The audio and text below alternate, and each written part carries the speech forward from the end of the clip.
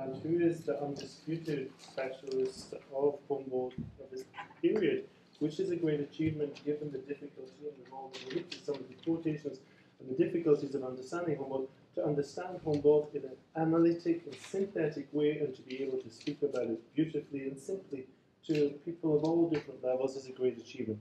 And I'd like to thank also Marco very much, Marco Pavic, who's done something very interesting and something fairly revolutionary in a small but important sense. He's managed to bring people together that don't get together in Britain. I'm a long admirer of John's work on politics and identity. As an ex-Scot, speaking to a Scot, it would be natural that we get together, but we don't. We get together in Berlin, it's not here. So getting us together with London, with John Walker from London, with East Anglia, with you, David, is important. And I'd like to really say that that is a political act. It's about the politics of language and how we actually organize the university. Organizing the university is Humboldt's question, but how we organize the university and how we study together and how we come together is important. Jürgen Trabant is someone who really brings people together. We're here together because we've known people through Jürgen Trabant, and it's really through Michnik, who is this third stage of Marco's great project to get Benveniste Michnik, that we are together because we are friends of Michnik. Friends, and that is important. Philologists, lovers of language, but friends of language. We are on the side of languages and language in the universal, Sprachfähigkeit, the capacity for language. We know this is fundamental. Books like The Language Animal remind people that this is, Chomsky understands, this is fundamental to human beings, but in what sense? In the universal and the individual, and separating the two is absurd. But we live in that absurdity. We live in that absurd world where the university divides and compartmentalizes things. Jürgen Trabant is a friend of Henri Michnik, a great admirer, and we share an admiration for him, and we share his admiration for this critical understanding of the whole poetry of language, and power of language, and power of the Stark. You give a strong introduction, a political introduction. This is because Humboldt is about Kraft, about this power of language, but it's a Denkkraft, and there's Sprachkraft, and the two are inseparable. The power of a community exists for us to express ourselves, to internalize ideas, and to exchange. This is fundamental. Jürgen Trabant has understood this, to my mind, much better than Michnik, much better than anyone that I've come across, and I will not give you his list of publications. I will simply say that I would not have been able to enter into the difficulties that John discussed this morning without his help. That's why I was very, very proud that we were able to invite him to Rouen as part of the Ethno-Linguistics project. I'm very proud that Marco's projects, that your papers will be in France and through our international network with people like Wierzbicka in Australia, etc., with the Polish Ethno-Linguistics School. This will be part of the kind of papers that students in master seminars around the world will be using. So Jürgen Trabant did us the great pleasure of coming to speak to us in Rouen and doing 7 hours of an introduction to Humboldt's work. It is phenomenally good, and I'm sure you'll enjoy his paper. Now he's totally embarrassed. I mean, he's going to have big blank, but in all his modesty, he really is someone very, very worth listening to. So please welcome him.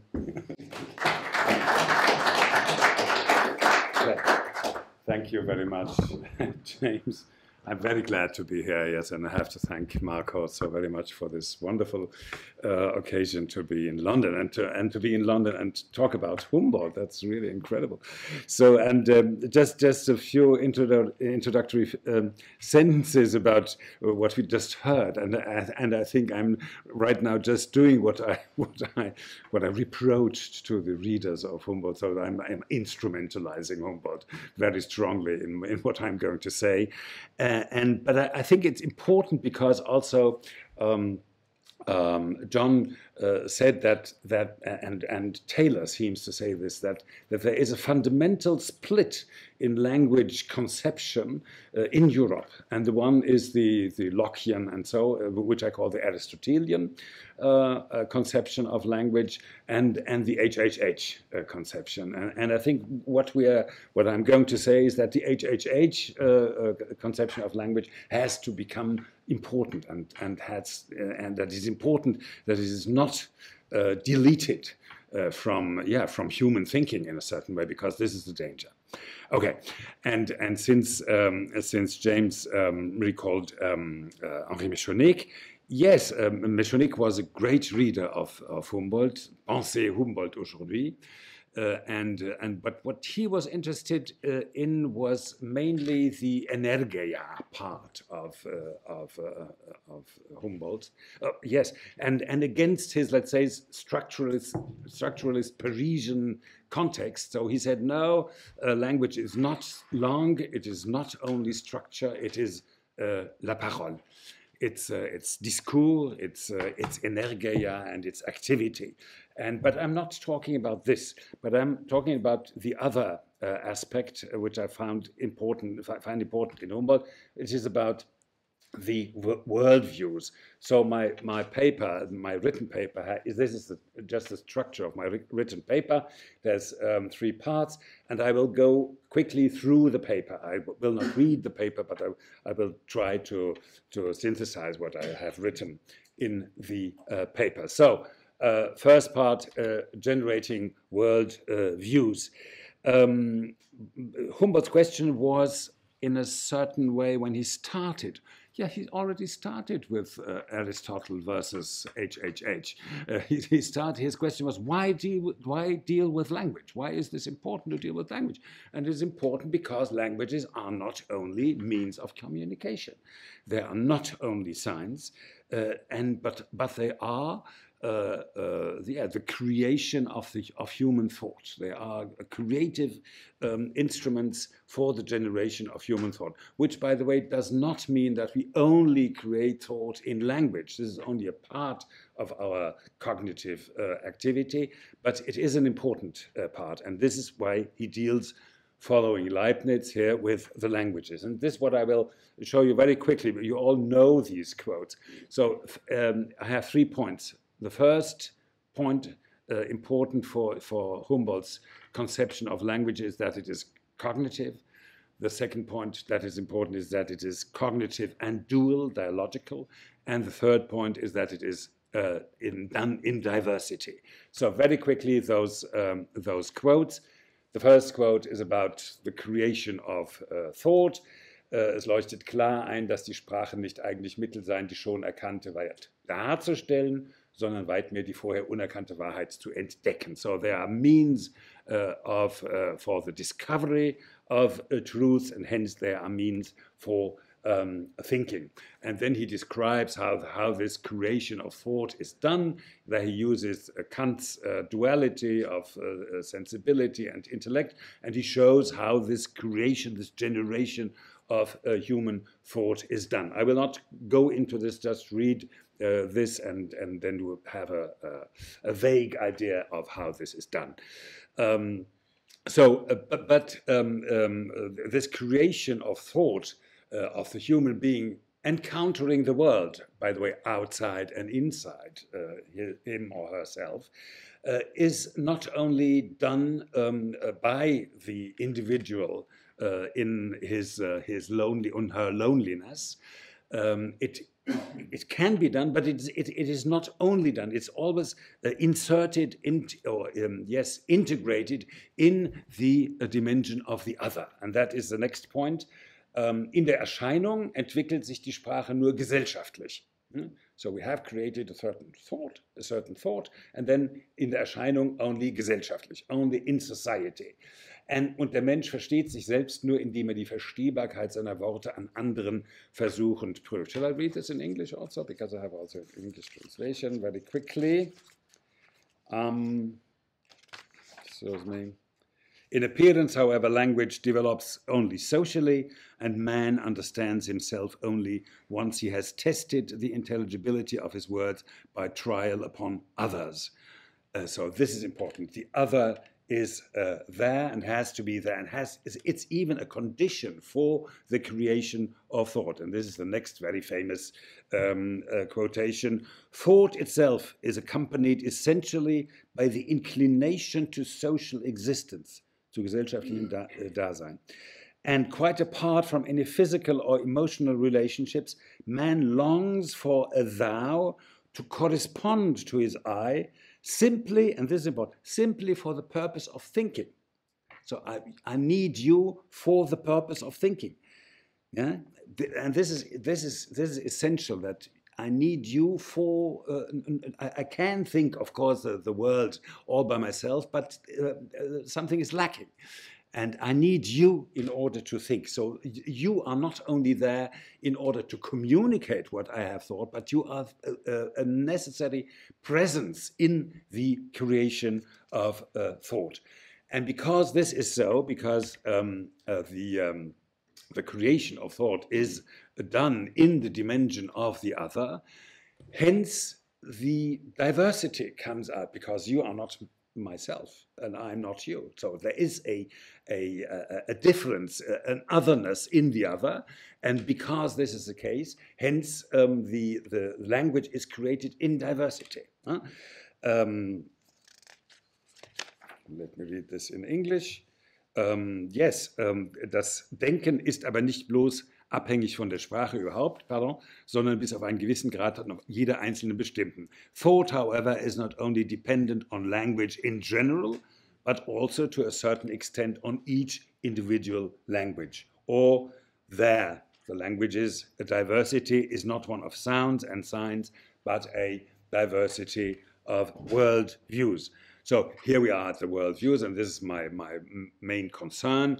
And of course, then we have this Leibnizian enthusiasm in Humboldt about the variety and the plurality of world views. It's not a punishment. Also, according to Leibniz, who is the source in a certain way for this, but it is a wealth.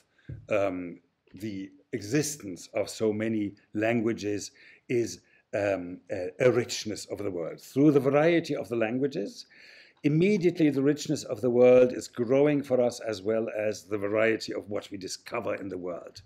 At the same time, the area of the human existence is enlarged, and new ways of thinking and feeling are presented to us in definite, real characters. So this is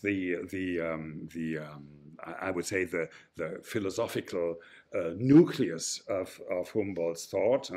It's cognitive, it's dialogical, and it's diverse. And this diversity and this variety of languages is wonderful. It's der unmittelbare Reichtum der Welt. And the political consequences, I'm talking now about the language politics in the world, are obvious. Because variety is something precious, we have to do something for these precious creations of the human mind. So this is, let's say, in a very short concentration, what will be the basis of what I'm going to say in my second part, European languages and globalese. So we are confronted with many languages in Europe. So this is the Wikipedia map of the European languages. I like it, so the colors are so beautiful. So and however, it's a little bit simplified, because as you can see, we have the blue are the Lomance languages, the green are the Germanic languages, and so on and so forth. But of course, the smaller languages are not depicted in this on this image, and. So there are many languages in Europe, but the and there are many more than on this map. But the specific situation in Europe is that those languages are not only used for vernacular, in vernacular contexts, but they are used as national languages, or as we might say, as languages of culture. And because this is so, the European Union has decided to respect those languages and to have a politics of respect for those languages, because there are 24 official languages in the European Union, and here we have them all. It's 24. Yeah? Okay, here we go. Oops. So, these are the languages, and Ungarisch is that. These are the 24 languages of the European Union, and the European Union estimates these languages because, once more, because they are not only used at home or so, but because you can do everything with these languages. You have laws in these languages, you have poetry in these languages, you can even do science in these languages, and of course you have also an everyday usage of these languages. And because this is the case, the European Union decided to have a language service, a very expensive translation service. They have a politics of trilingual education, or trilingual education, mother tongue plus 2 other languages. They even had a commissioner once for languages. And because this is the case, the Treaty of Lisbon says the Union shall respect its rich cultural and linguistic diversity and shall ensure that Europe's cultural heritage is safeguarded and enhanced. Yes, this is so because these languages are precious for the European Union. But I have to admit, I looked in the European texts for a justification of this, and I couldn't find one. They just say, yeah, there is diversity, and the identity of the nations has to be safeguarded. But there is no philosophy of language behind this. Of course, this beautiful, this colorful situation also is a problem. It's also this. It's an obstacle. It's the Tower of Babel. Of course, these wonderful 24 languages are an obstacle to communication. And because this is so, the European Union does not really, in a certain way, doesn't really believe in its own politics of linguistic plurality. I think also because the European, as we all know, and this is a problem for all of us, is also a little bit a French creation, and it thinks about the République as in France, though France was, until the revolution, a plurilingual language. And then, as you know, through the extension of French all over the Republic, France became a French-speaking country, which it was not 200 years ago. Just through the schooling and through the mass media and so on. So here the languages of France still are there in a certain way, but France has become a unified, linguistically unified republic. And I think this French conception of the state is also present in Brussels or in the European Union. Anyhow, the European Union does not really live up to its linguistic treaties, and it does not function as well as it should. For instance, the language commissioner doesn't exist anymore. When you go to Brussels, everybody speaks English. nobody speaks any other language. Of course, there are, I don't know how many hundreds of translators, but in the administration in Brussels and in Luxembourg, I was there in May and in last year, and they all. The whole thing functions on the basis of one language. But what is still more important, the Europeans themselves, they become English speakers, of course, and they do not become English speakers because they want to be English or because they are curious about the Great Britain or so, or about America. They do learn English because they want to become citizens of the world. They learn what I call globalese. They do not learn English, but they learn globalese. And the states, the European states, promote globalese. In Germany, it's very clear. In the schools, the promotion of English is what is done. There is no promotion of Czech or Polish or so, or very little, let's say. But the whole system, the whole school system, is a system for the promotion of globalese. The German economy is of course a globalese, a globish, a global thing, and because this is so, the industry and the business have created an English language school system, a secondary school system for the elites in Germany. So you can send your kids to the kindergarten when they are 2 years old, and then they come out when they are 25 with an MBA diploma and without ever have spoken. No, I'm exaggerating, but anyhow, the whole education is in English. The universities are promoting English. They are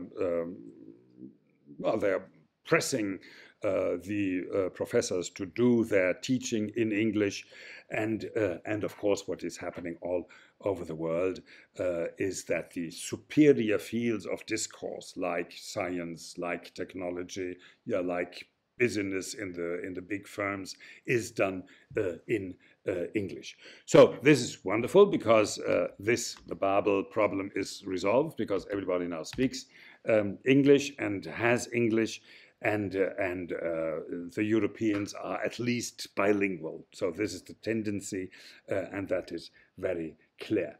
What is, however, a problem is there are two problems, I would say, that with this evolution. There's a problem for the languages, and there's a problem for the societies for this in this movement, which is in itself. I have to perhaps stress this. I'm here very critical about it, but of course it's a wonderful thing that we all have one language and that we can communicate with each other. However, the problems are there, and there are drawbacks for the languages and there are drawbacks for the societies. So first, for the languages. The languages in Europe. We are in a different situation until, let's say, until the second half of the 20th century. One of the cultural revolutions in Europe was, of course, the rise of the vulgar languages.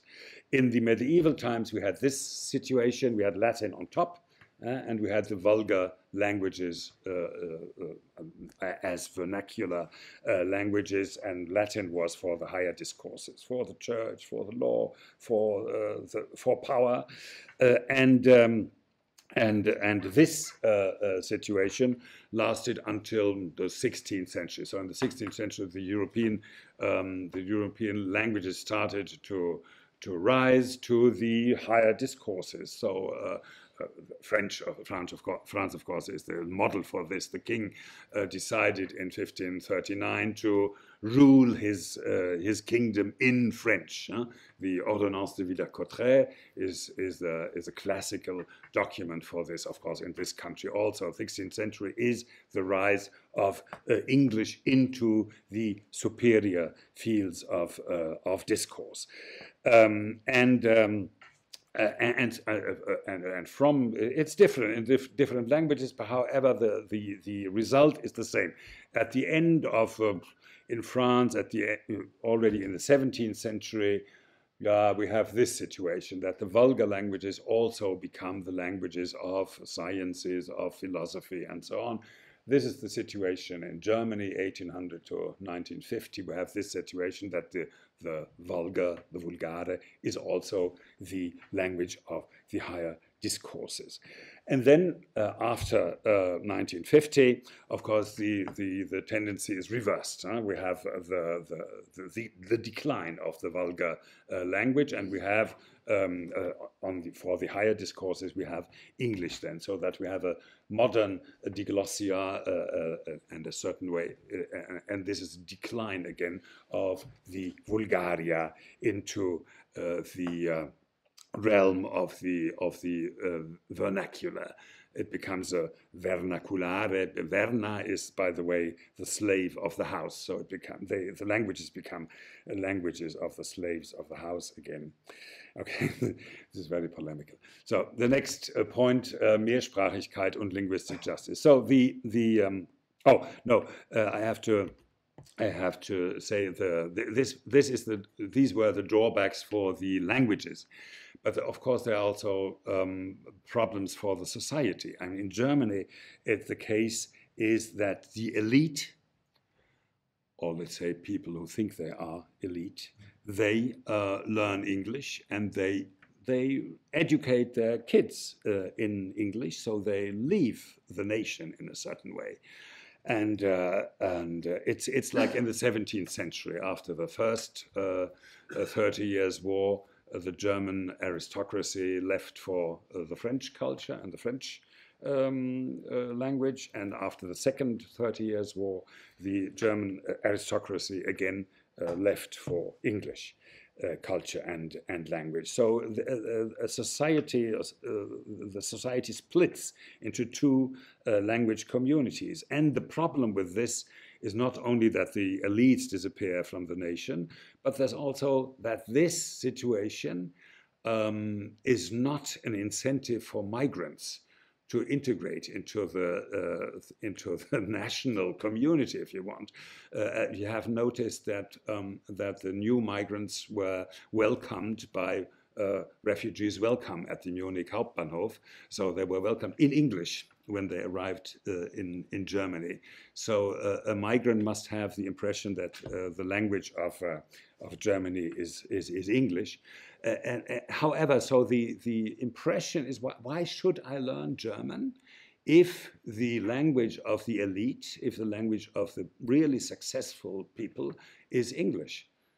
I don't need a second vernacular language. I have one. At home, I communicate very well with Turkish or Arab or whatsoever. So I don't need this really. So I'm skeptical about this. So I have the impression that we have a disintegration on top and a non-integration on the basis. So, and this I think is a problem for the society. Anyhow. So globalese advances, and let's hope the knowledge of English in the nation increases. But I think there is no need to make more publicity for this. I have the impression, and this is also something wait a minute. This book, for instance, proves, Jürgen Gerhard, Mehrsprachigkeit im Vereinten Europa, it proves that there is a huge movement for the learning of English in Europe. That's very clear. It's like a tsunami, so everybody learns English. Even the northern countries in Europe, they already know. As you know, I don't know, 99% of the Swedes already speak English, and in Germany it's only 50%, but let's say 80% of the younger generation, and so on. So there is this movement for the common global language, and there is, in my opinion, there is no need to do more publicity for this. My opinion is that we should make publicity more for the safeguarding of the European languages. However, here we had a quote from our president, who said, yeah, the younger generation, they learn English and now we have to do something for Mehrsprachigkeit für alle, Mehrsprachigkeit. So the term used for this movement for the learning of the global language is Mehrsprachigkeit, plurilingualism. And I think, and this what I'm criticizing is also in this book, the term Mehrsprachigkeit is used in a very I would say political political way. So it's used in order to hide something. It's a politics for learning of English and of English only. It's not a politics for having Mehrsprachigkeit, for having more languages, because this book does not promote your plurilingualism of, let's say, French and Italian and Polish or so. It's not concerned with this, because, as you can see, it's only about transnationales sprachliches Kapital. So it's a very capitalistic book, and the only capital that counts is the capital of the big language. And so it's a book for learning the one language in the world. And by the way, this book, if it were about Mehrsprachigkeit, if it were about plurilingualism, it should contain also a chapter on the Anglophones learning other languages. But it does not say something that the Anglophones should learn Russian, German, or whatsoever. So it's not really on Mehrsprachigkeit, but the term Mehrsprachigkeit is used for political means, as well as the other term that is used for this, justice. Who can be against justice? Justice is wonderful. It's like health also. Everybody wants to be healthy, and we all want to have a just word or a world, Europe, linguistic justice for Europe and the world. So Philip is a wonderful colleague of ours, a social philosopher, sociologist and philosopher, and he promotes simply English. He promotes simply English in his book. So he says, we need a lingua franca and only one. If we are to be able to work out and implement efficient and fast solutions for our common problems on European and on a global scale. Of course, that is very clear. Yes, we have to have a lingua franca, but the whole book is, so his book on linguistic justice is just a book for monolingualism in a certain way. So it's a wonderful book because it's about also the difficulties of the European linguistic transformation. It's also about the injustice of having an English-speaking elite and a normal population who is not plurilingual, and he shows solutions for this. He says, for instance, it's so unjust socially that those guys who speak English get the better jobs. And why is it just that we who are not English speaking do pay our language lessons ourselves? Wouldn't it be a wonderful idea to have the British and the American government pay for the English lessons the other nations are taking? And he even calculates. So he says, yeah, perhaps. So after his calculus, he says, yeah, the British government should pay to the European Union 5 billion euros a year for the English lessons the other European nations are paying now themselves. I think this is a very good advice for Mr. Cameron. He would love it. He would love this advice. Anyhow, so it's a book. It's a book against the injustices this linguistic transformation creates, but also it is also a book about monolingualism, because what he really wants to have, Philip, is a monolingual situation. He wants to overcome Babel. He thinks, yeah, okay, now we are forgetting all these languages that are only obstacles to communication. And at the end, we all have one language, and what will be, there will be still some remains in that language, and the remains of the old languages and the remains of those old languages will be the accent. And he says, a peculiar yet intelligible, you should perhaps leave English, it's yet an intelligible accent in English, he means, might one day become just as good a marker of the linguistic dimension of one's collective identity as one's ancestral language. And the curse of Babel will then at last be undone. So we have one language, and our accents will then be the memories, will be the remains of this transformation. So it's really a book about the propagation of English. And then at the end we'll have paradise again, Babel will be over, we will have one language and hence linguistic justice. I think I don't have more time.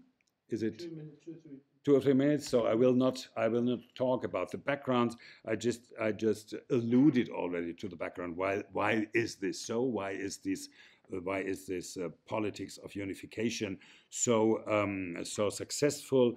I think because we have a universalistic linguistics. Chomsky was already, and all those books refer to Chomsky's linguistics.